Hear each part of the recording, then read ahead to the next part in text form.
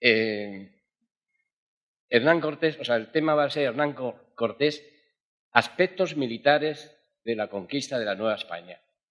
Hernán Cortés es un personaje muy enorme en la historia y, claro, para hablar de él tendría que estar hablando horas y horas.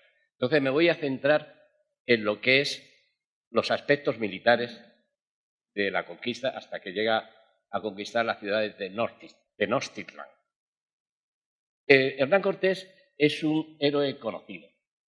Me refiero a esto porque recientemente han saltado a la actualidad unos héroes españoles que casi todo el mundo decía que eran conocidos, héroes del siglo XVIII, tales como Blas de Lezo y Bernardo de Galvez.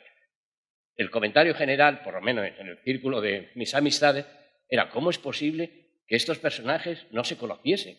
Si fuesen americanos ya habrían hecho 50 películas sobre los mismos y, sin embargo, aquí en España los tenemos olvidados. Ahora, con esas conferencias que se hicieron y exposiciones, incluso a Blas de Lezo le han puesto una estatua, le han erigido una estatua en la Plaza de Colón, en los Jardines del Descubrimiento, pues realmente han salido hablando. Pero no eran desconocidos, porque yo recuerdo en una conferencia en el cuartel general de la Armada, un oficial de la Armada hablaba de que Blas de Lezo es muy bien conocido en la Armada, entre otras cosas, porque hay un buque en la Armada que siempre lleva el nombre de Blas de Lezo. Cierto es que no son populares, o sea, sus conocimientos no se han popularizado. No es el caso de Hernán Cortés. Hernán Cortés es un personaje que todos conocemos. Concretamente, en mi caso, lo conocí siendo un chaval pequeño. Yo soy nacido en una pequeña ciudad, capital de provincia, de Andalucía, y en la calle que yo nací se llamaba Hernán Cortés. Entonces, claro, Hernán Cortés y Pepe de la Orden estaban asociados, porque si me perdía, ¿tú quién eres? Yo, Pepe de la Orden, vivo en Hernán Cortés. Nunca me ocurrió, porque aparte que todo el mundo conocía, que este niño es el nieto de doña Concha, todo el mundo me conocía y nunca me perdí.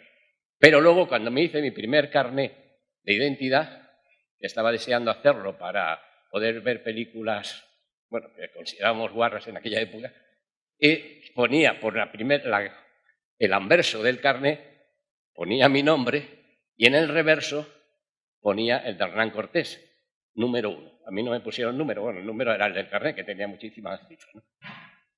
Y entonces siempre iba yo, Hernán Cortés, hasta que ya me lo renovaron y ya había desaparecido de ese domicilio. Pero es decir, que lo conocí siempre desde pequeño. Y en general todo el mundo lo ha conocido. Venía luego en nuestros libros de historia, tanto de la enseñanza primaria como de la secundaria, etc.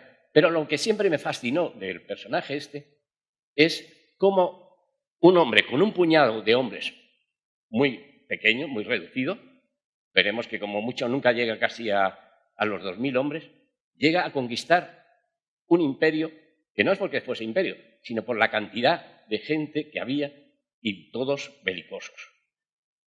Y entonces eso siempre me llamó la atención. He leído mucho sobre eso, pero ahora ya últimamente con el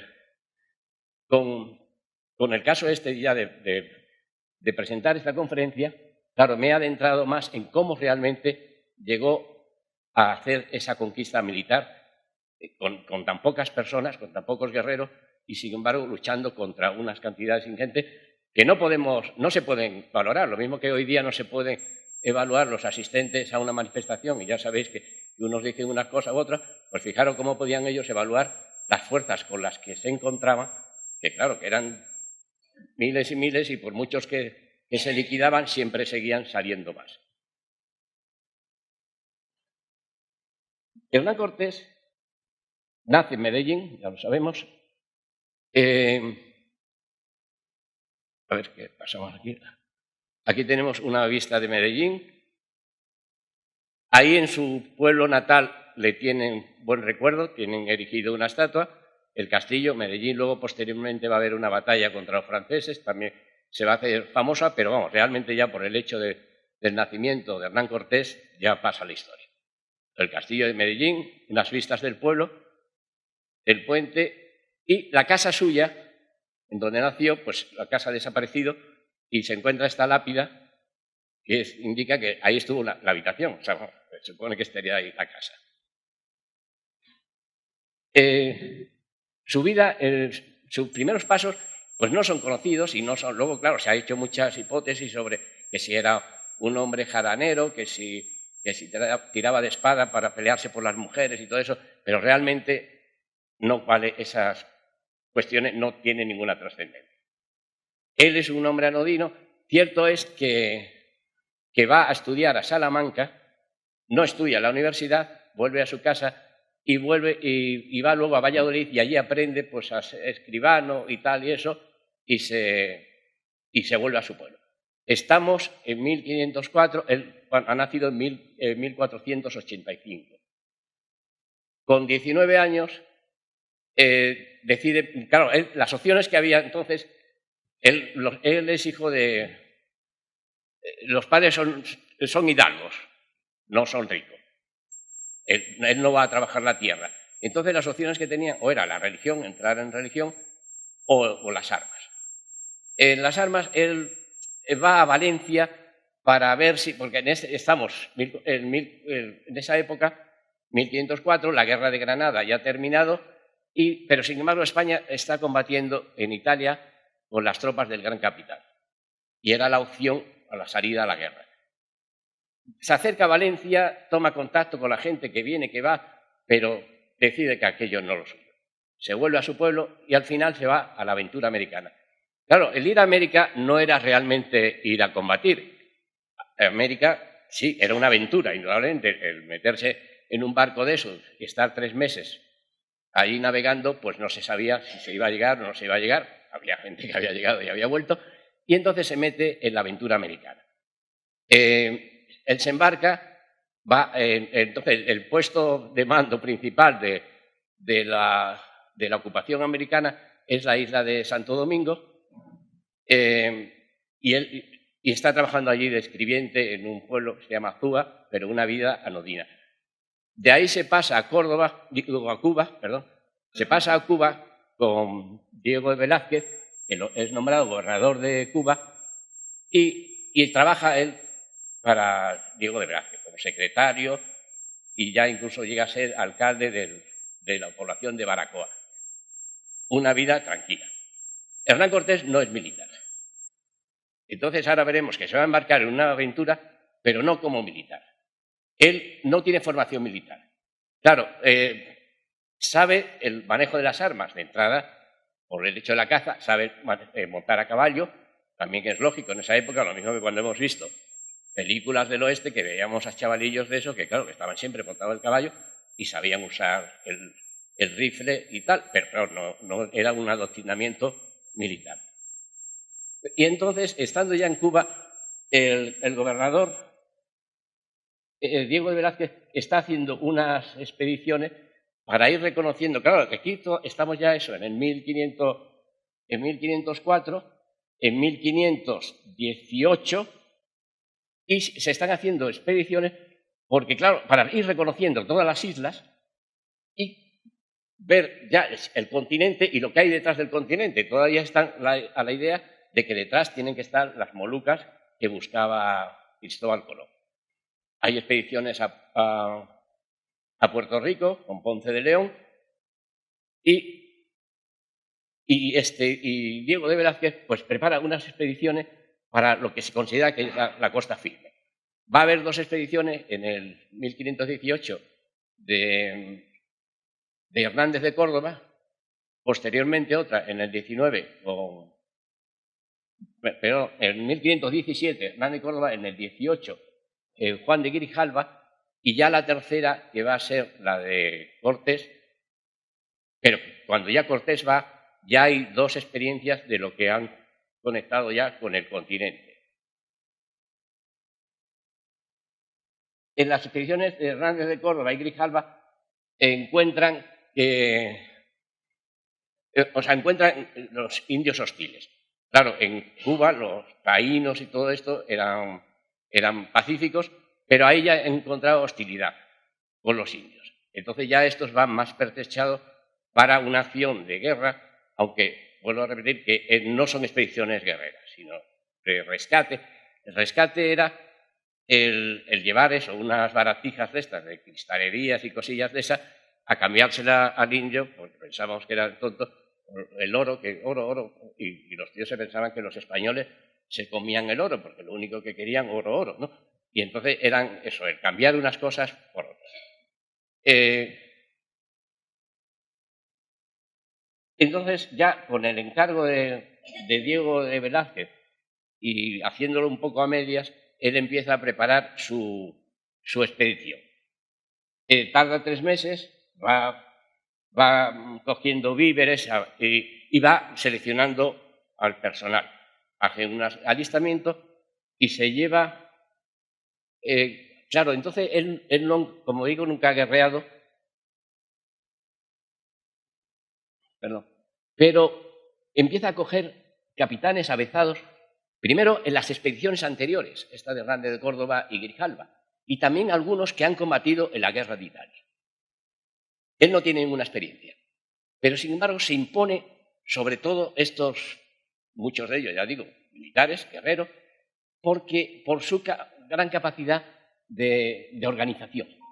Y entonces estos consideran que él es, o sea, que puede dirigir las operaciones tan mejor que ellos, aunque no tenga ninguna experiencia de guerra. Y otra cosa, también otro factor, otra ventaja que tiene Cortés bueno, aparte de esa capacidad de organización, es la idea estratégica que él tiene de lo que quiere conseguir allí al pisar el continente.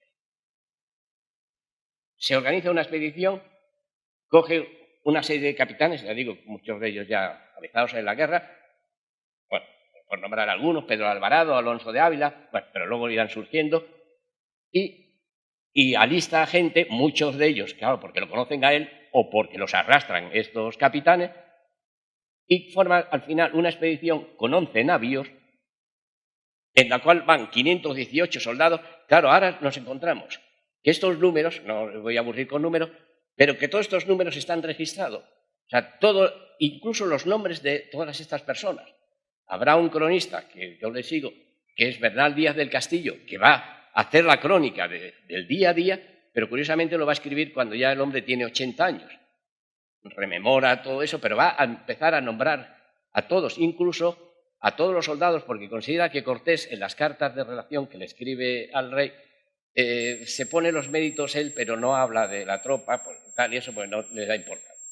Y entonces van a salir con los nombres un montón de ellos. Se saben también por los registros, claro, de las personas que iban a Indias y eso, pues se sabe, o sea, que se puede saber el número, o sea, el nombre de todas estas personas.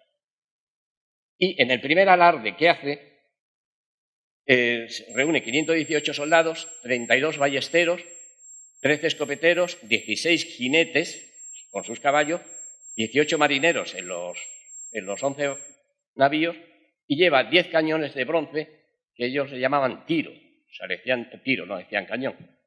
Y también lleva 200 indios de Cuba y algunos negros. Lleva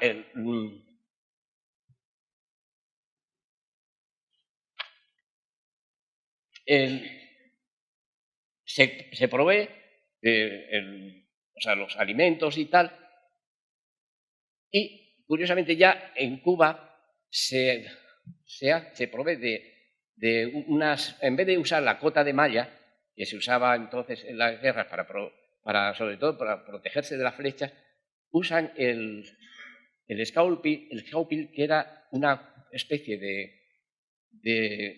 pues como una bata de esta de boatiné, o sea, o una tela de redón, de algodón, pero claro, hecho para que no pasase para que las flechas no lo pasasen. Para las flechas era bueno, pero claro, no para otras armas que lo podían penetrar. La expedición ya organizada parte el 18 de febrero de 1519. Se van reuniéndose por toda Cuba hasta la parte occidental, y ya el Cabo San Antón, que es la parte más occidental de Cuba, la dejan en esta fecha del 18 de febrero. Se encaminan a la isla de Cozumel. Entonces Cortés ya sabe, vuelvo a repetir, las expediciones anteriores, que ellos piensan que el Yucatán es una isla. Y entonces, ¿sabéis que el nombre de Yucatán era porque le preguntaban a los indios que dónde estaba? Y los tíos decían que no sabían, que decían Yucatán, Yucatán, por lo visto, debería ser. Y entonces pensaban que el sitio se llamaba Yucatán. Pero Cortés y los anteriores pensaban que eso era una isla, entonces no le interesaba. Y entonces él va bordeando la isla, la península, va bordeando la península y llega hasta el río Tabasco. Vemos aquí cómo sale desde Santiago de Cuba, Habana, tal, y ya va bordeando el Yucatán y va ahí en este no figura, pero en este otro mapa tenemos también el Yucatán, la isla de Cozumel, Yucatán, Potonchán, que ahí había tenido un enfrentamiento Hernández de Córdoba, no quiere ir ahí y sigue, bueno, hasta Tabasco. Tabasco hay un río, que llamaban el río Tabasco, aunque luego le pusieron el nombre de río Grijalva, porque había, y ahí sí que habían estado los españoles y habían tenido enfrentamientos con los indígenas. Desembarca, después nos vamos, desembarca allí, y entonces otra cosa que a él le interesa es la información. O sea, él tiene un gran interés por la información. Entonces, de entrada quiere encontrar náufragos de anteriores expediciones, que sabe que los hay, para que estos informen sobre aquello y, claro, y también el idioma que ya han aprendido. Entonces se encuentra con Jerónimo de Aguilar y también con otro que se llama Guerrero, y este otro ya, claro, estos estaban viviendo con los indios y ya estaban adaptados. Los guerreros ya tenía familia, tenía hijos, y cuando le dicen de irse con los españoles, el tío dice que no, que ya se queda ahí. Pero este Jerónimo de Aguilar era religioso, entonces que si no había hecho familia, y entonces se va con los españoles. Entonces ya tiene Cortés una persona, lenguas le llaman a los intérpretes, una lengua que le sirve para entenderse con los mayas.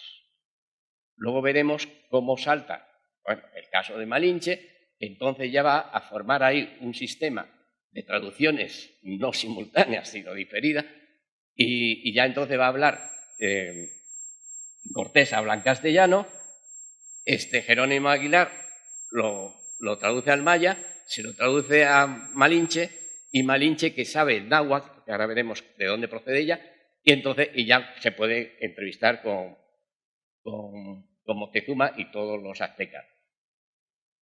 ¿Que cómo eran las traducciones? Pues eso, de pronto él diría una burrada y luego veía que cuando le llegaba al otro se reía, y dice, joder, que le habrá dicho esto, pero bueno, la cuestión es que se entendía. Y sobre todo que tenían el oído, y le iban a contar una serie de cosas que, claro, los españoles no se iban a enterar, pero esto sí, y se lo iban a contar. O sea, que iban a ser unas fuentes de información. Al llegar a Tabasco, va a encontrar las tribus hostiles. Entonces, él se adentra por el río y lo que hace es que mete en el río un bergantín. El bergantín son barcos que tienen poco calado, entre otras cosas, por eso se llama bergantín, porque por los bergantes, los piratas, estos los utilizaban para cuando eran perseguidos por los navíos de las armadas reales, y entonces se metían o bien en ríos o en ensenadas donde los grandes buques no podían entrar. Y entonces tiene poco calado. Él lleva uno de estos, se mete con ese bergantín, y los bateles, o sea, los bateles son los barcos de salvamento, pero que claro son grandes porque a veces incluso lo utilizaban para remolcar las naves cuando no había viento. Entonces, con los bateles y el bergantín se mete por el río Tabasco. Los indios van siguiendo el movimiento de la expedición, retrocediendo, pero mientras tanto él, por una trocha, ha metido también tropas a pie, al mando del capitán Alonso de Ávila, y van persiguiendo también a los indios. Hasta que hay un momento en que él ya se detiene los barcos, desembarca y se va a producir el encuentro. Esto que es llamada la batalla de Centra o de Tabasco. Entonces, vamos a ver cómo se produce este combate. este dispone una vanguardia, luego un grueso con los cañones y luego con los caballos, que sabemos que lleva poco, 14 caballos, y con los caballos va a hacer unos ataques por los flancos. Los indios combatían, ellos le llaman escuadrones, que era un pelotón, un mogotón de tíos, y cuando esto, claro, con los cañones, pues era como un poco jugar al bolo, claro, los cañones estos disparaban bolaños de piedra, lo que iban cogiendo lo iban arrasando y descuartizaban un poco la formación de los indios. Y con los ataques que hacía de la caballería, hacía unas cargas que ellos iban de a tres. O sea, nunca un jinete solo, sino iban de a tres y cargaban a media rienda, o sea, no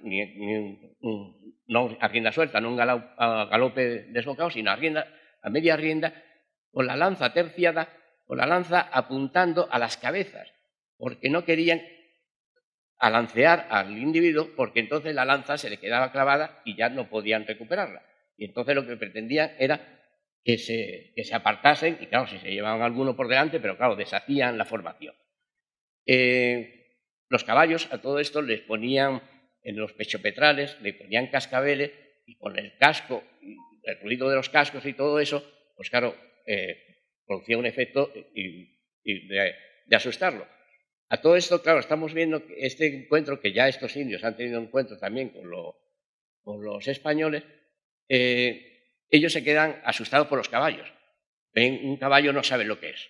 Allí no había, lo comparaban con el gamo, pero incluso en un principio llegan a pensar que el hombre y el caballo es una misma cosa, o sea, una especie de centauro. Claro, los indios no eran tontos, inmediatamente luego se dan cuenta y sobre todo cuando ven que pueden matar al jinete y que pueden matar al caballo. Y entonces ya el encanto pues ya desaparece, ¿no? Pero en un principio les causa mucha impresión claro, supongamos ahora, pues eso, 3 tíos con unas sendas motos y se echa encima de la gente, claro, la gente sale corriendo, ¿no? Pues aquí 3 caballos, o sea, no es una carga de un escuadrón de estos que veremos luego en la batalla de Waterloo y todo eso, o la de Balaclava, pero ya el hecho de 3 hombres a caballo, 3 caballos tirándose encima de la gente, les hacía de entrada deshacer la formación.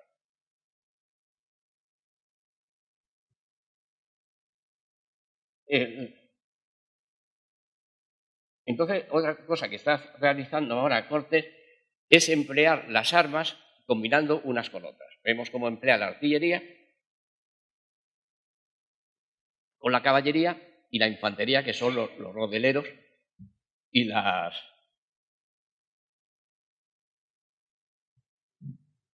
Porque en el ejército, ahora vamos a ver las armas, en aquella época se usaba la pica larga. La pica larga, tenemos las imágenes también, que es un poco posterior, de los tercios de Flandes, del capitán Alatriste, con esas formaciones con las picas puestas todas, y claro, ante una carga la caballería no podía contra ellos.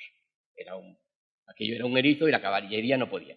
Pero aquí, como los indígenas no tienen caballos, no le interesa el uso de la pica y entonces no la van a llevar nunca. Entre las armas que tienen los españoles está el arcabuz. El arcabuz es de las más primitivas armas de fuego, era muy pesada, y se cargaba por la boca, era de avancarga, pero luego el fuego se producía con una mecha, ahí lo veis, que la mecha estaba encendida, al disparar eso iba ahí, y claro, el tiro no era instantáneo, o sea, estaban quemando ahí la mecha hasta que ya quemaba la pólvora y salía el disparo. Era muy pesada, era un arma muy pesada. Aquí tenemos otros ejemplos de arcabuces. Y también la ballesta. Luego veremos que los indios usaban los arcos. Los españoles no usaban el arco, usaban la ballesta. La ballesta igual, lanza el proyectil. Ventajas que tiene, bueno, el inconveniente que tiene la ballesta es que es muy difícil de cargar, cuesta mucho trabajo, pero también ya se organizaban de tal forma que se ponían en distintas filas, mientras que unos estaban disparando, otros estaban cargando, pero no eran armas muy rápidas. Ahora, eso sí, para utilizarlo para una distancia lejana. En la ballesta, la ventaja que tiene el arco, claro, puede darle más fuerza, pero el arco también, mientras no se puede apuntar, porque mientras que está tirando, claro, está haciendo una tensión, mientras que aquí él ha hecho la tensión para cargar la ballesta y luego ya puede estar con el tiempo que quiera hasta poder apuntar a alguien, ¿no? En general, no se apuntaba a nadie con esto, porque claro, se apuntaba al mogollón. O sea, hemos dicho que estaban estos combatiendo en pelotones compactos, con lo cual, tanto los tiros de la artillería como las armas estas de fuego, el arcabuz o bien la ballesta, era disparar contra el grupo y a alguien le daría. O sea, estaban todos pegados unos a otros y a alguien le iba a dar. Aquí tenemos otros tipos de otra ballesta. Aquí, como veis, cómo carga la ballesta. Aquí también con el aparato ese para cargarla. Otras imágenes de cómo se carga la ballesta.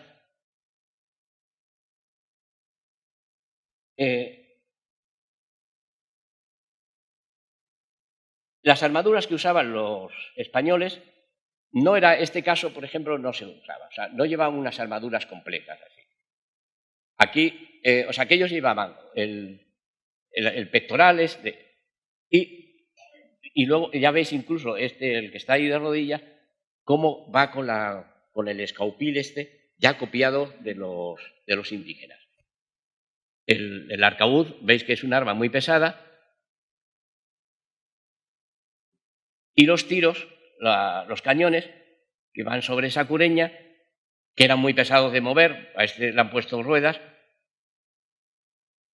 y el abajo es un falconete, que esta arma era más pequeña y esta incluso iba acoplada en los barcos con ese gancho.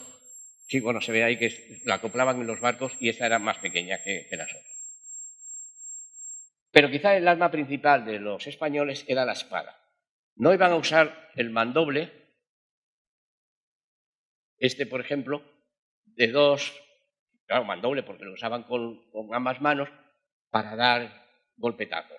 No, ellos usan la espada para, sobre todo cuando el indígena le levantaba, ahora veremos el arma que usa, que es la macana, y levantaba una especie de maza para darle, entonces ellos clavaban la espada y la sacaban. Y era el arma más mortal que tenían los españoles. Hay distintos tipos de espada. Estos son alabardas.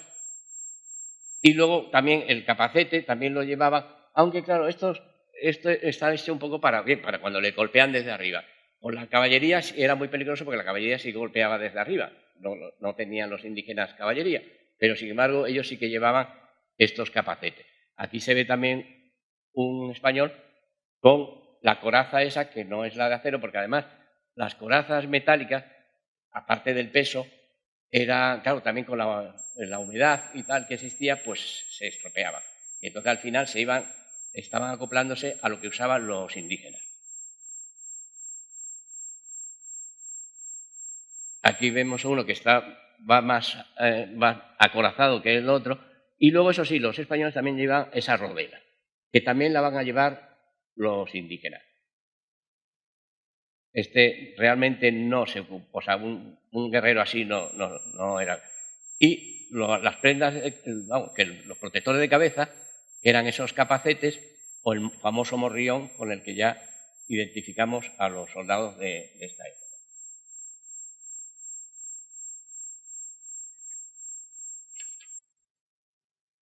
Cuando una vez terminado el combate en Tabasco, Cortés lo que pretende, claro, él no pretende aniquilar a todo aquello porque sabe que es imposible, o sea, claro, que no iba a tener tiempo siquiera para ello. Y entonces lo que pretende es hacer tratados de paz. O sea, que pega, castiga, pero a continuación tiende la mano. Entonces esa va a ser la tónica que va a seguir en todo su recorrido. O sea, intentar hacer tratados de paz.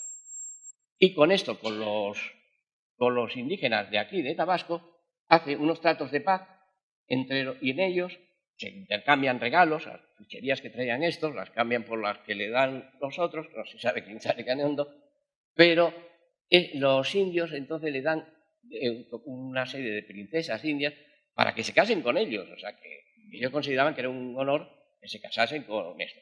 Y entre ellos estaba esta Malinali, Malinchín o Malinche. Malinche venía, estamos ahí en el Yucatán, con los mayas, pero ella no es maya, ella es de una tribu de aztecas, y los padres que si la venden a unos que tal y eso, y aterriza allí la pobre mujer.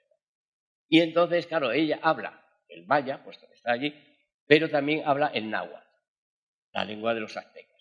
Entonces aquí, cuando lo descubren, ella habla el idioma de los náhuatl, claro, para Cortés ya se le abre el cielo. Dice, este es mi diccionario. Y entonces establece el sistema ese que os he dicho antes, de cómo hablaba él en castellano a Jerónimo Aguilar. Jerónimo Aguilar lo traduce al maya, ella lo recibe en maya, lo traduce al náhuatl y así va a hablar con Moctezuma y se va a entender con las otras tribus.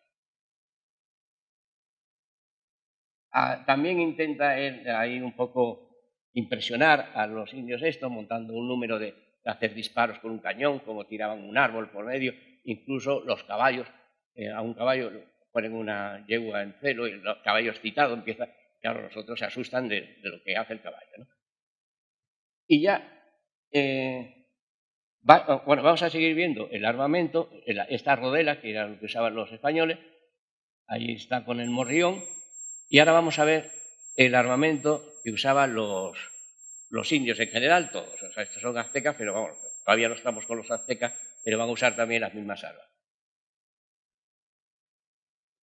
La primera de la izquierda es una macana, que entonces, claro, era la espada, pero no era tal espada, era una especie de maza de madera, y ahí tenía incrustada unas piedras, porque claro, debería tener incrustado metal, pero como ellos no conocen el metal, entonces tiene unas piedras de obsidiana ahí incrustadas, y claro, con eso eran cortantes.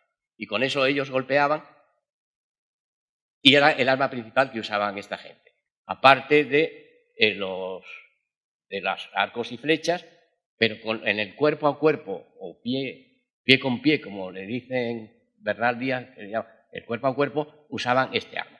Este arma, que ya digo que en el combate, si ellos la levantaban para golpear desde arriba abajo al español, mientras tanto, le clavaba la estocada. Se quedaba desprotegido y clavaba la estocada. Aquí se ve otra vez también con la macana, y también ellos usaban unos escudos protectores. Aquí este que usa una espada, claro, una espada que le ha cogido a un español, que quizás sea el pobre hombre que tenía antes la cabeza esa que la ha perdido. Aquí también con la macana y el escudo. Aquí también con la macana, o sea, que ese es el arma. Y luego también usaban unas lanzas, o sea, una especie de jabalina, lanzas para lanzarlas. Ahí también vemos con la macana. Aquí otro.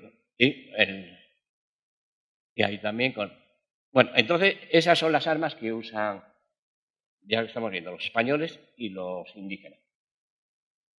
Cortés ya sale de Tabasco, sale ya amigos de los indios de allí, se lleva a Malinche y todo esto, y entonces sigue bordeando la costa y va a llegar a un punto en donde va a fundar la ciudad de la Villa Rica de la Veracruz.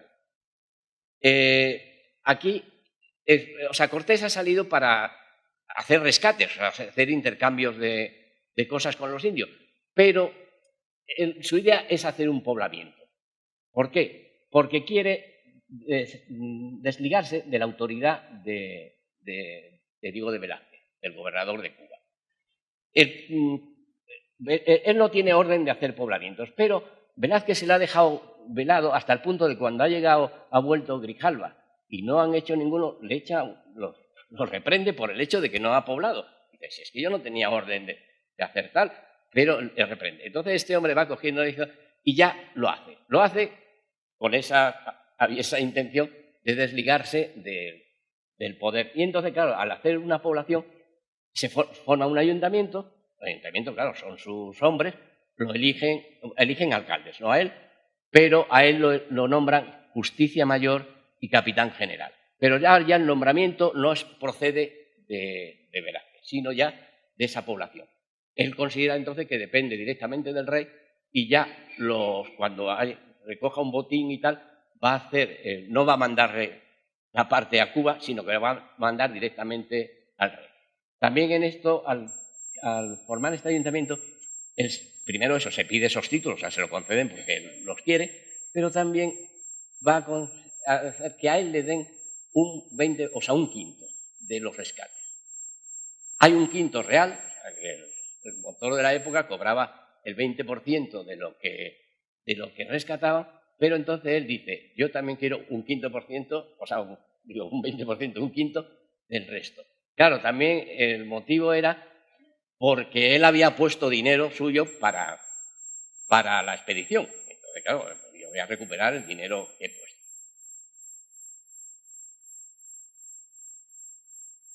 Y entonces resulta que la expedición de él lleva hombres que son muy velazquistas, son partidarios de Velázquez, y él lo sabe. Y entonces está, claro, cuidando para que no, o sea, él los vigila y tal eso, pero sabe que muchos de ellos se quieren marchar. Y entonces es cuando procede a lo que ha pasado en la historia, bueno, a la leyenda, como que quema las naves, que ya sabemos que no las quemó, sino que las barrenó, o sea, las inutilizó, las agujereó para que hiciesen agua y las naves quedaron allí, o sea, inutilizadas, para que no se le marchase la gente. Siempre él va a tener presente que va a tener casos de indisciplina. Y en algunos casos de esto, él va a castigarlo simplemente con el más destacado de ellos, pero no va a tomar medidas contra todos. Considera que es mejor luego ganárselos para sí. El primer caso de indisciplina que lo tiene es cuando llega a Cozumel, el navío que llevaba Pedro de Alvarado, que va a ser su teniente más querido, llega antes y ya hace ahí unos saqueos con la población, que no tenían nada, pero le quita 4 gallinas y tal, y cuando llega él, Cortés entonces le hace devolver lo que han cogido y encima lo reprende, teniendo en cuenta que luego eso va a ser su mejor amigo, ¿no? O sea que él quiere mantener la disciplina y luego lo veremos como... Bueno, en este caso coge y barrena las naves para evitar que tenga la salida hacia atrás. Ya sin pelearse, hace amistad con el cacique de Zempoala, que está un poco más arriba, ahí vemos Veracruz, y un poco más al norte Zempoala. Zempoala, el cacique gordo que le llamaban, pues debía de serlo, y entonces esos son amigos, o sea, se hacen amigos sin necesidad de pelearse. Entonces, ahora, cuando él se vaya hacia el interior, se va a llevar consigo, van a acompañarle un número de zempoaltecas como guerreros, apoyándoles a él. O sea, y con este, en cambio, no se ha peleado. Al mismo tiempo, él está teniendo contacto con los espías mexicas de Moctezuma. ¿Por qué? Porque, claro, todas estas tribus, por eso lo llamamos imperio, porque realmente los mexicas o aztecas dominaban a todas estas tribus. Ellos eran independientes, pero los dominaban, les cobraban impuestos y claro, estaban allí siempre y ahora en este caso viendo a ver lo que eran los españoles, lo que hacían. Ellos mandaban informes, los aztecas no tenían alfabeto, pero lo que hacían eran unos dibujos. Y entonces, claro, me contaban toda esta historia, pues eso, un tío montado en un barco, que no sé cuánto, que tal, un caballo, tal, todo esto se lo iban contando, pasando toda esta información a Moctezuma. Entonces, toma contacto con los espías estos, intenta ganárselo, ellos le hacen regalo, que les manda Moctezuma, y hay unas relaciones amistosas, porque además Moctezuma empieza a hacer regalos ¿para qué? Para que cojan eso y se marchen. Pero claro, resulta que lo que está haciendo es en el sentido contrario. Que estos están viendo que hay cosas ahí, y dicen, joder, aquí hay que llegar hasta el final a por la Cámara del Tesoro, ¿no?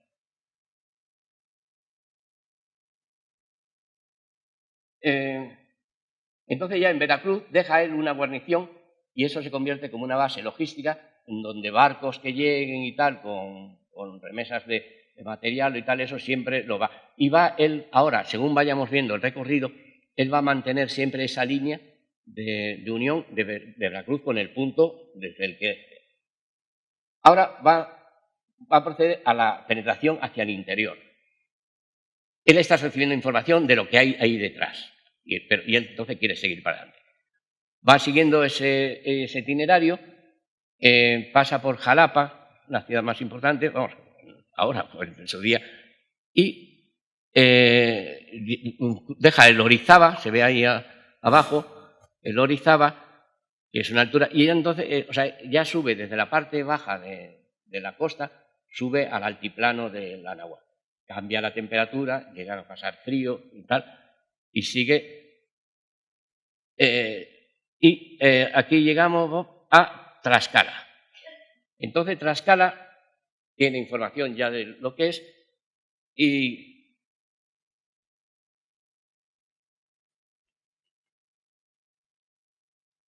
Tlaxcala es una ciudad que está en guerra continua con los mexicas. Es una guerra que además ellos llaman Guerra Florida porque, bueno, también luego se llamó las guerras galantes en el siglo XVIII, la de los barcos y tal, pero llaman Guerra Florida porque los mexicas, que realmente es una sociedad belicosa, el estamento militar tiene mucha importancia, a los niños los educan desde pequeños para la guerra, ellos tienen, pero hacen unas guerras que no son a muerte, porque ellos no pretenden matar, sino coger prisioneros. No es que sea, una cosa beatífica, porque claro, al prisionero lo quiere coger para luego matarlo, pero matárselo después tranquilamente. Y entonces, por eso quizás esas armas, que no son tan mortíferas como es la macana, pero le permite, claro, le dan un golpetazo a un tío, eso lo dejan allí y luego se lo llevan. Y para ellos es más mérito el coger prisionero. Hasta qué punto un guerrero de esto pues se va apuntando puntos por los prisioneros que va cogiendo. Y Tlaxcala está en continua lucha con los aztecas. Él lo sabe y entonces quiere ganarse la amistad de Tlaxcala. Pero, sin embargo, los tlaxcaltecas se le enfrentan con las armas. Y, claro, también se piensa que es que pretendía hacer lo que hoy llamamos un reconocimiento por el fuego, por el combate. Es decir, a ver con quién nos vamos a liar, a ver si son unos panolis que no sirven para nada. Y entonces se enfrentan, pero claro, se empiezan a matar allí y tal, pumba, no consiguen nada. Vuelven otra vez y ya a la tercera, claro, también se ve esto porque los jefes de los tlaxcaltecas había unos que eran partidarios de hacer las paces ya de inmediato y otros no querían las paces.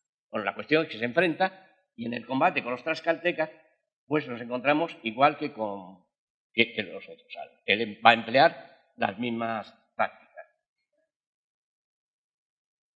Y al final, pues hace un tratado de paz y claro, ya entonces ya lo libera del poder de los mexicas. Curiosamente,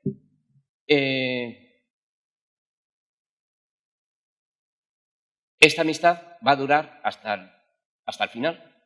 Incluso hoy día sabéis que a los que consideran ellos, a los tlaxcaltecas, los consideran traidores porque se aliaron con los españoles. Aunque por otra parte se considera que fueron los tlaxcaltecas los que derribaron el imperio mexica, o sea que fue una guerra civil entre ellos y estos, claro, ayudados por los españoles. La amistad va a durar, ya veremos que incluso cuando le den al ejército español les den fuerte en la famosa noche triste, los tlaxcaltecas no se van a tomar revancha ninguno contra ellos. ¿Por qué? Porque, entre otras cosas, también han combatido mucho de lo suyo y cuando llegan allí los españoles, todos ahí medio lisiados y tal, también vienen un montón de tlaxcaltecas también heridos. Y entonces van a seguir con eso. Se han peleado, pero luego hacen una amistad. De ahí, próximo a Tlaxcala, se encuentra Cholula. Se me escapa del mapa. Ahí donde está, mi Cholula. Sí, abajo, al sur de Tlaxcala. Al sur de Tlaxcala, Cholula. Entonces, Cholula también está con los mexicas, porque claro, depende de ellos, y Cortés tiene aviso de que le están preparando una trampa. Pero, sin embargo, él va a Cholula. Le abren las puertas, lo acogen.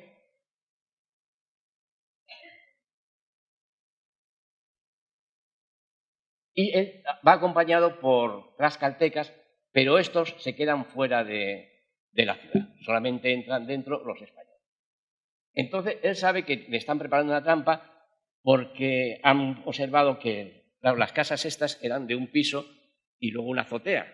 Las casas andaluzas, ahí no tenían para que resbalase el agua, y las azoteas las tenían ahí hechas trincherillas y tal para... Y luego también habían descubierto trampas que habían hecho en la calzada para los caballos. Claro, el individuo andando no caería en ellas, pero un caballo podía...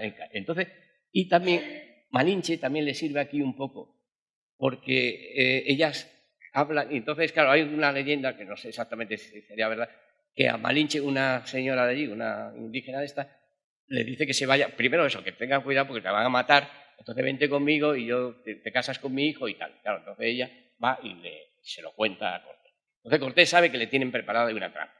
Y entonces, pues hace lo que diríamos un ataque preventivo.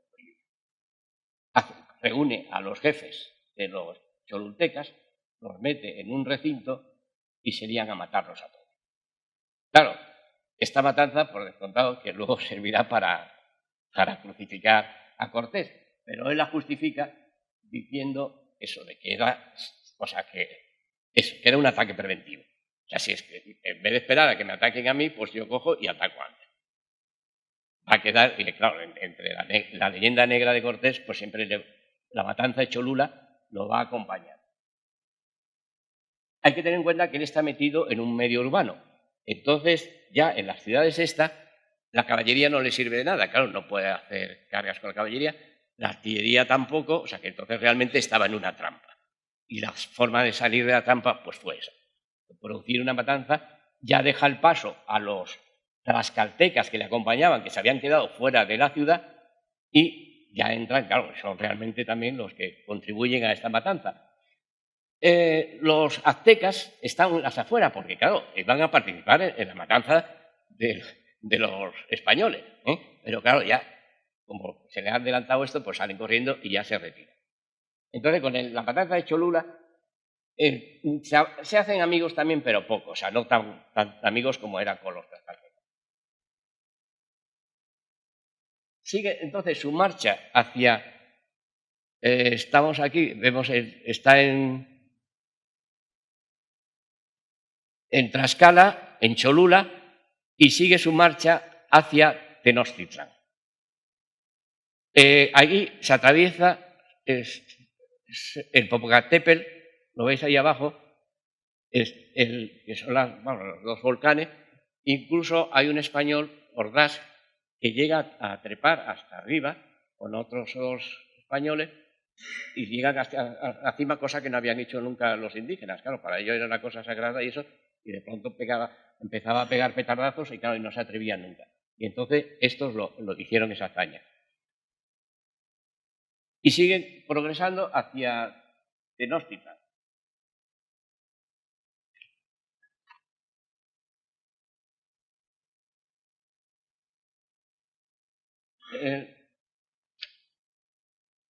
Cuando llega aquí va a ser recibido por las buenas, o sea, amistosamente.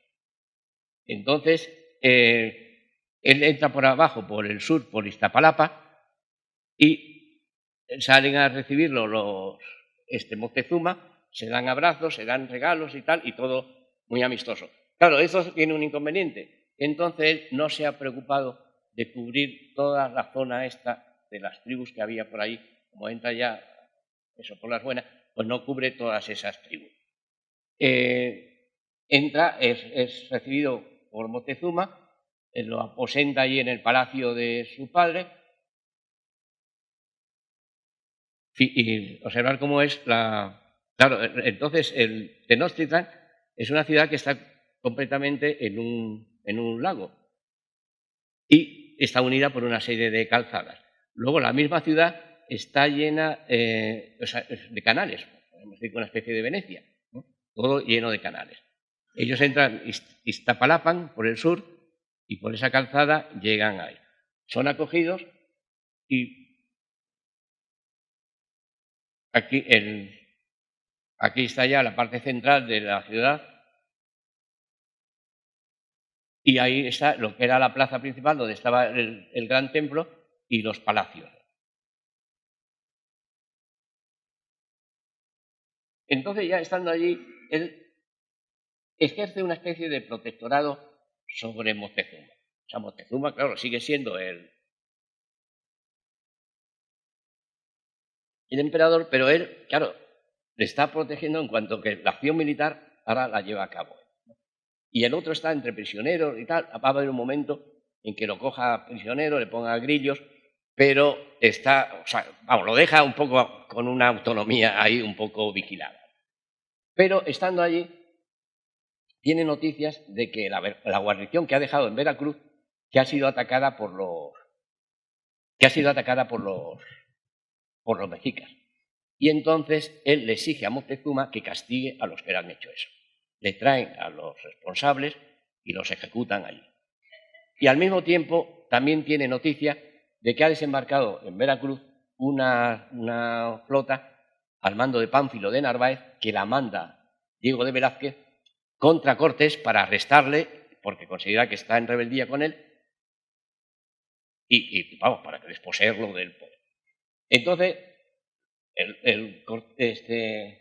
Cortés entonces va a enfrentarse con Pánfilo de Narváez y deja a Pedro de Alvarado como lugarteniente allí en la ciudad de Tenochtitlan. Y él coge con parte de la guarnición, que son pocos relativamente, son unos 200 hombres, y mientras que Pánfilo de Narváez viene con 1.400 hombres. Entonces se enfrenta, pero ¿qué es lo que hace? Claro, él, igual como estamos hablando, que no quiere matar, entonces él ve primero que para él esos españoles van a ser un refuerzo para él. Y lo que va a tender unos puentes de amistad para captarlo para él. ¿Qué hace? Que empiezan a mandarse embajadas. Y él, los que vienen a verle, los que manda él al campamento de Pánfilo de Narváez, de entrada van a espiar, a ver cómo están dispuestos y tal. Pánfilo de Narváez trae caballos, trae cerca de 80 caballos. Entonces, esas picas que ya ellos no usaban porque no había caballería, ahora resulta que sí se va a encontrar con una caballería. Y entonces construyen picas de esas para ir a luchar contra la caballería de Pánfilo de Narváez. Las embajadas de los que le manda, los emisarios que manda Pánfilo de Narváez a su campamento, ¿qué hace? Que los soldados de Cortés le empiezan a enseñar todas las riquezas que tiene. Y tal, bueno, sí, llévate esto, lo que quieras y tal. Y le empieza a comprar un poco para decirle, oye, lo bien que vivimos aquí. En cambio vosotros, pues... Y entre eso, cuando se produce ya el enfrentamiento armado, realmente la tropa de Narváez no está muy por la labor de pelear. Y al pobre, lo único que sale ahí mal parado, pues es el pobre Pánfilo que pierde un ojo. Y hay un combate y tal eso, pero los otros no tienen un ardor muy guerrero y al final se pasan todos bajo el mando de Cortés. Una vez que él se ha cogido, a Pánfilo lo dejan ahí prisionero en Veracruz, pero bueno, no hay castigo. Una vez que él ha recogido toda esta tropa, vuelve a la ciudad. Y entonces encuentra que la ciudad está subvertida porque también han intentado hacer en una fiesta con sacrificios humanos, entonces los españoles no lo querían y tal, al final han hecho también una matanza y claro, entonces Pedro Alvarado pues diciendo, oye, voy a hacer lo mismo que hizo mi primo, mi jefe en Cholula, y también ha hecho una matanza. Se repliegan los españoles a sus acuartelamientos, allí están atrincherados y cuando llega Cortés lo dejan entrar los mexicas, lo dejan para que caiga en la trampa. Pero claro, se encuentra que están allí rodeados, que ya no tienen suministros y tal, y entonces ven, no pueden combatir por las calles, igual no pueden usar los caballos, los cañones pues tampoco, y los otros les están continuamente hostigando. Entonces decide retirarse de allí, evacuar toda la guarnición.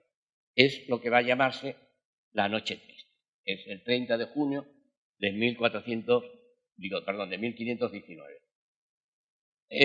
La operación él la plantea con una vanguardia cuyo mando es Gonzalo de Sandoval, uno de sus mejores capitanes, que lleva 20 jinetes, 200 rodeleros y luego 400 tlaxcaltecas. Los tlaxcaltecas van con él. Luego tiene un grueso que va al bando de Cortés, lleva a los no combatientes, elementos logísticos y lleva los tesoros. Claro, los tesoros aquí han estado guardando el quinto real y luego lo que ellos han acopiado para ellos. Y luego en la retaguardia al mando de Alvarado y Velázquez de León, y en donde lleva la mayor parte de la caballería. Claro, entonces el paso por la ciudad, como son toda base de canales, entonces se pretende Cortés evacuarse hacia el oeste, hacia Tacuba, que es una población que ya está fuera de la laguna en el oeste.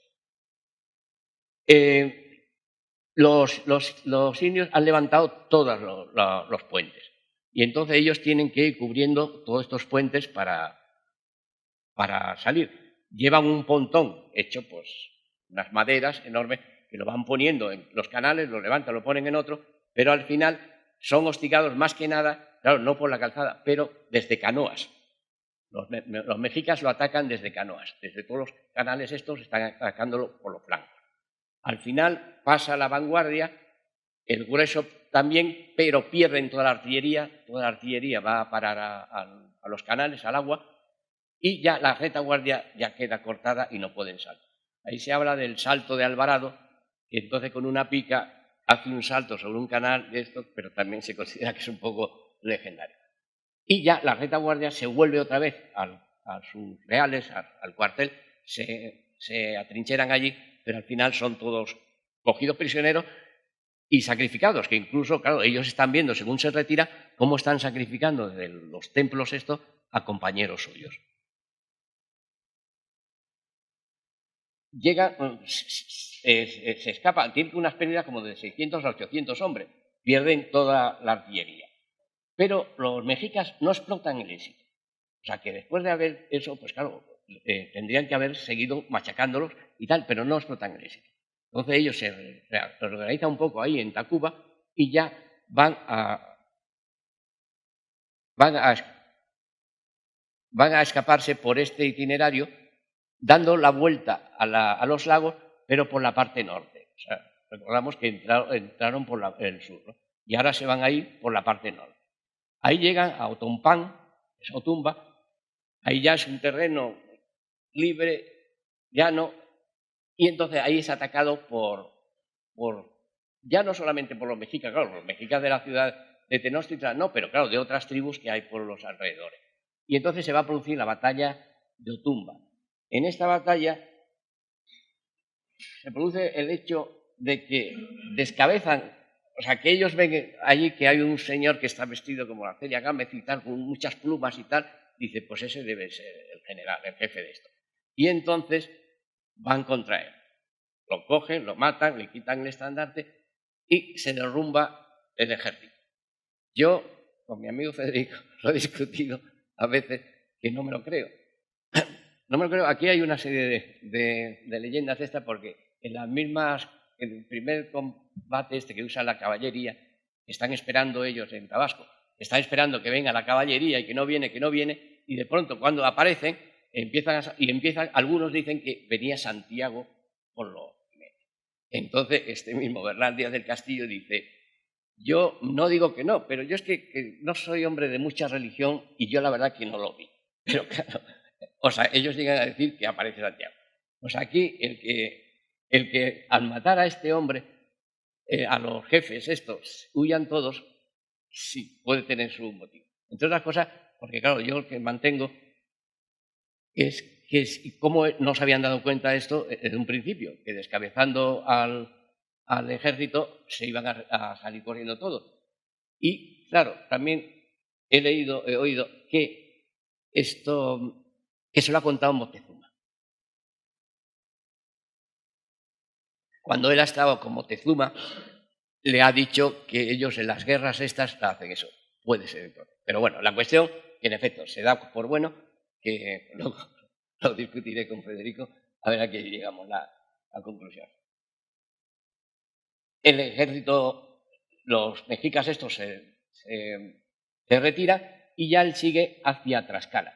Y curiosamente, claro, él teme que en Tlaxcala no sea recibido, porque claro, ahora está derrotado y pues ahora lo machacamos, ¿no? Pero entonces es bien recibido, entre otras razones, porque ya digo que va a llegar ahí con un montón de tlaxcaltecas que han estado luchando con él y muriendo, bueno, los que llegan allí son heridos y tal, entonces Tlaxcala lo acoge. Entonces, ya aquí en Tlaxcala, inmediatamente que llega, al poco tiempo, se decide a volver para reconquistar la ciudad. Algunos de sus compañeros, capitanes o incluso la tropa, porque claro, aquí es otra cosa también, que hoy día pensamos que claro, que la democracia, que los ejércitos hoy día se meten en democracia, pero es que había más democracia en aquellas épocas en que se hacían consejos de guerra, que todos daban su opinión y al final pues el jefe adoptaba la opinión que querían casi todos. O sea, que no era el ordeno y mando, eso no se producía. Entonces este hombre reúne a sus hombres, además él los reúne, también capta lo que ellos interesan y luego dice lo que ellos quieren como si ya fuese una cosa suya. O sea, que la decisión de los otros él la asume como propia. Pues entonces hay algunos que les dicen que replegarse hasta Veracruz, porque claro, allí los van a machacar también, pero Cortés dice que no se mueve allí.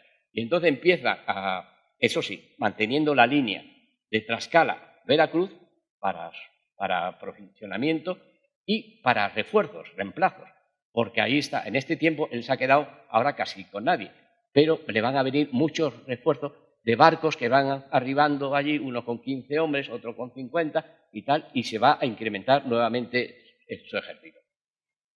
Se prepara, entonces, claro, lo primero que va a hacer es evitar el gran error que cometió de no ocupar las poblaciones del sur de la laguna. Entró tranquilamente allí, se puso su traje de gala para entrar a besarse con Moctezuma.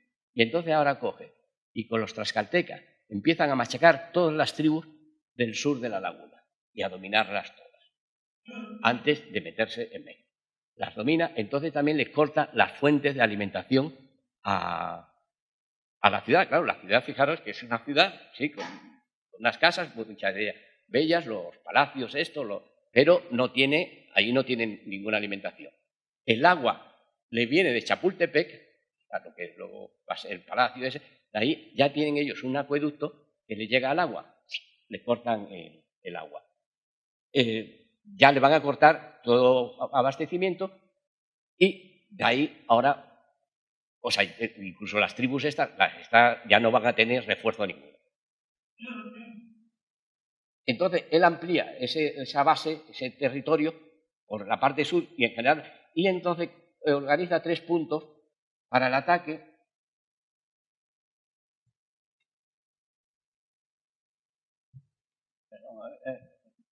Coge, entonces, bueno, una serie de ciudades que va cogiendo, Tenango, Huastepe, Xochimilco, que es la famosa lugar ese que todavía conserva el lago y donde los paseos esos y los mercados de las flores, ¿no? Él hace un nuevo alarde, vuelvo a repetir, que claro, no es ostentación, es el revistar las tropas, y ya tiene 700 peones, 86 jinetes, o sea que después de la matanza le están viniendo reemplazos y está otra vez 18 piezas de artillería, se había quedado sin ninguna, habían ido todas a parar al fondo de los canales. Y entonces con estas tropas que tiene organiza 3 columnas. A ver, una que se vea. Bueno, en este lo podemos ver. Organiza 3 columnas. Tacuba es la ciudad que está al oeste, al oeste de Tenochtitlan. Ahí está Pedro de Alvarado. En general, todos van a tener, por no leer la cifra, como eso, 150 peones, son infantes, pero le llaman peones, 150 peones, unos 18 o 20 ballesteros y escopeteros, 30 caballos y luego también las tlaxcaltecas, que van a llevar como 20.000 o 25.000 tlaxcaltecas.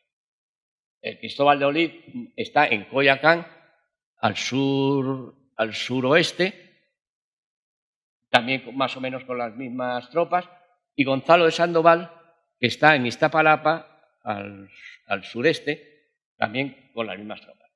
Y la calzada del norte, a Tepeyac, hacia el norte hay otra calzada, y en principio la deja libre como un poco el Puente de Plata. Dice, bueno, o sea, en vez de destruir la ciudad y matarlos a todos, pues que se vayan, que se vayan. Pero no se van. Y entonces ya pues decide también cerrar la llave del norte.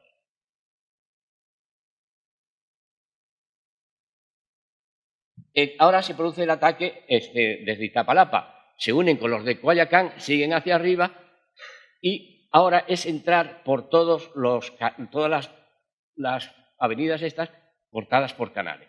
Claro, los mexicas han cortado los canales, los españoles vienen y los rellenan, ¿con qué? Con los escombros de las casas, empiezan a derruir casas y echarlas sobre los canales y van avanzando. Avanzan casi hasta el centro de la ciudad, pero no ocupan el terreno, sino que vuelven a replegarse.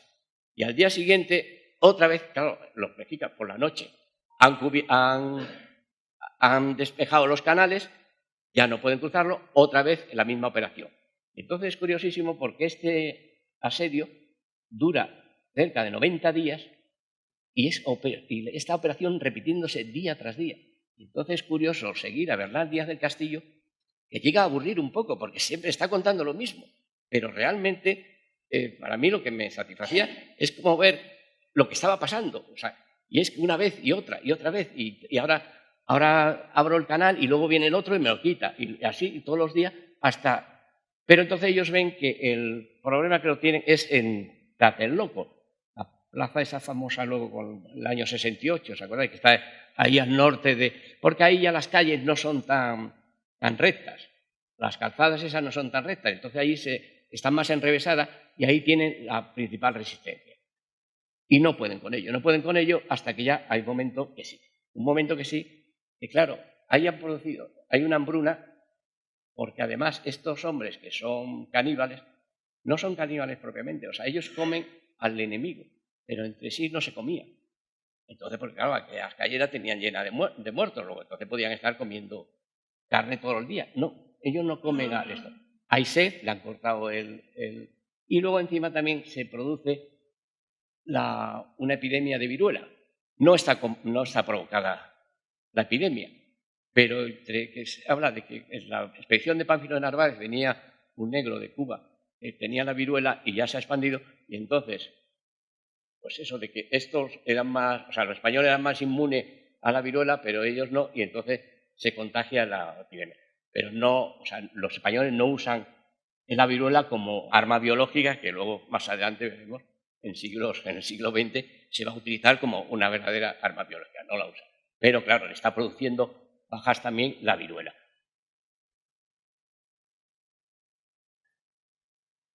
Entonces ya la resistencia ya queda ahí constreñida al islote de Tlatelolco, en el norte de la ciudad, que no sé si ahí se ve bien. Bueno, sería ese. Bueno.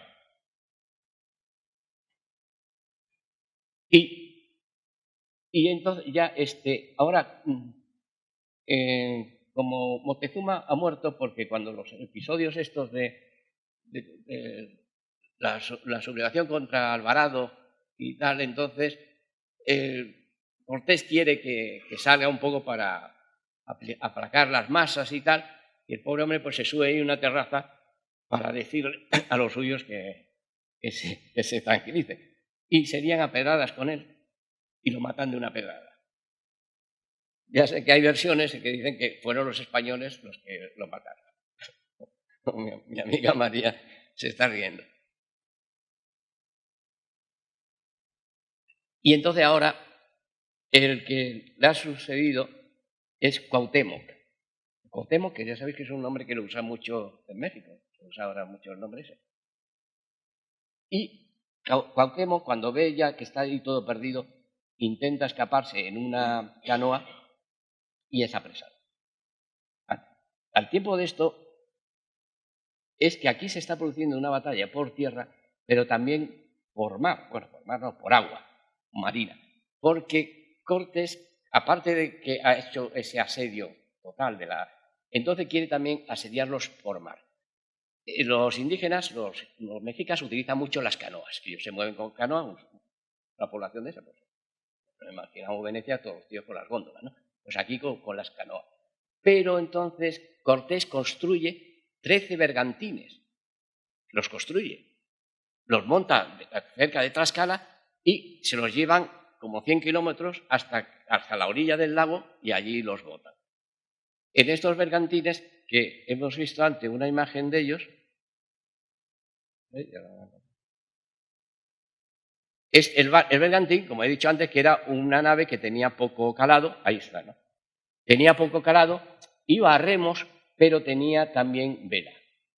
Tenían cañones puestos ahí y con esto, claro, era atacado por las canoas. Ahí se ve un episodio que le están atacando las canoas. Pero el bergantín, claro, si metía el turbo, es decir, sacaba la vela, la velocidad que cogía arrasaba con todas las canoas que se le ponían por delante. Pese a eso, porque estos, claro, van también pegados a las calzadas para apoyar por los flancos a las tropas que van avanzando por las calzadas. Y, claro, también son atacados y tal, le hacen esto unas estacadas para que entren allí y se quedan pinchados y tal. O sea, que realmente, o sea, que no es un arma definitiva, pero ayuda mucho.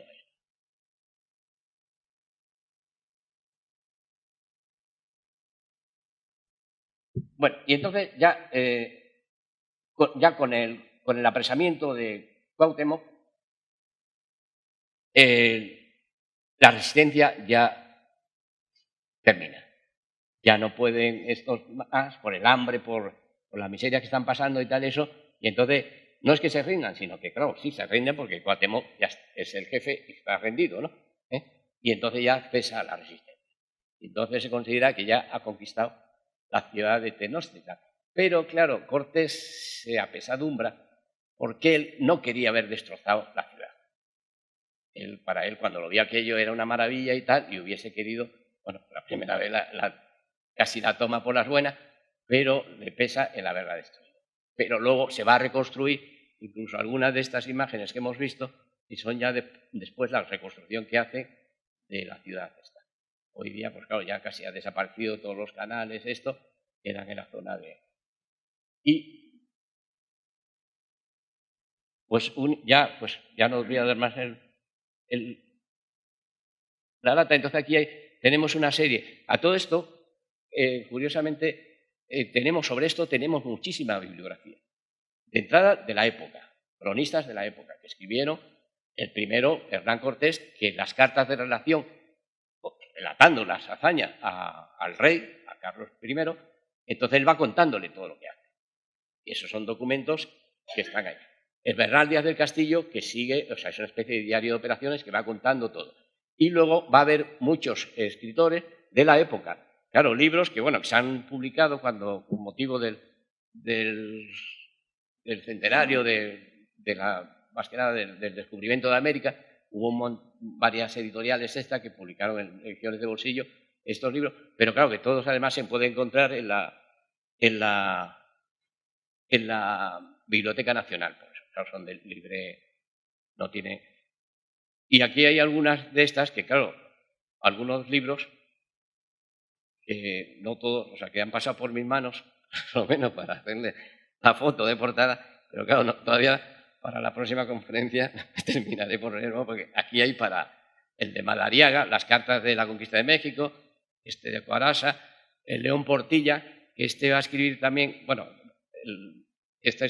luego cuando hace sus aventuras en la Mar del Sur, el que va a ser luego el Mar de Cortés hacia la California.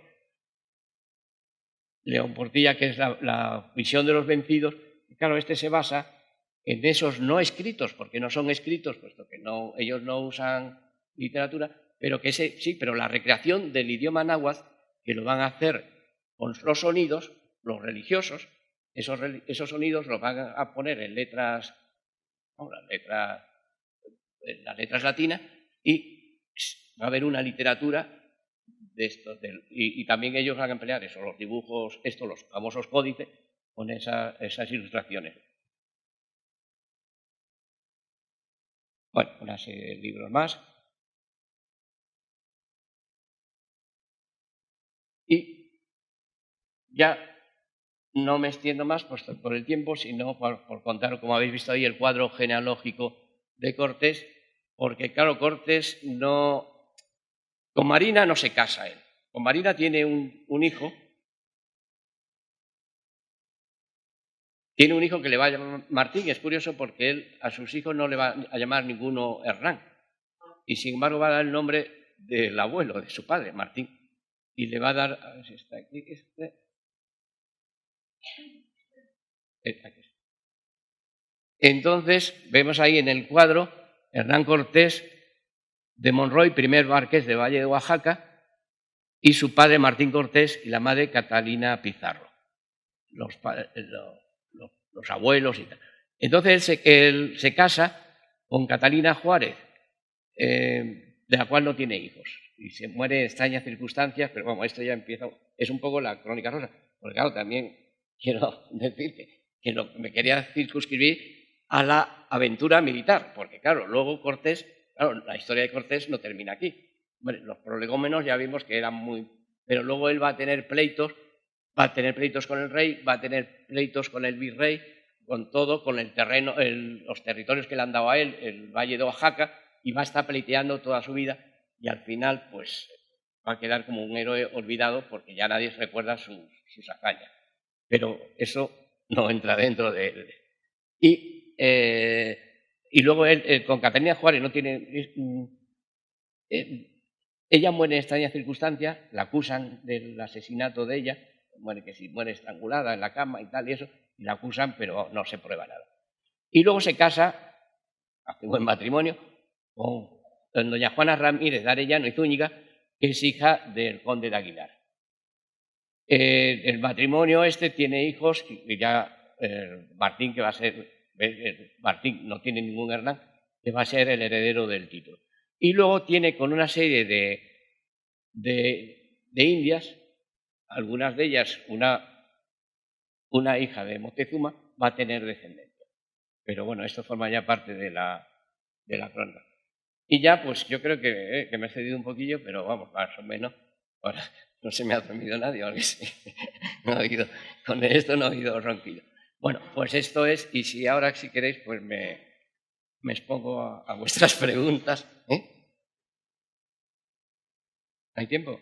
Son menos cuarto, ¿no? Bueno, pues... Bueno, gracias.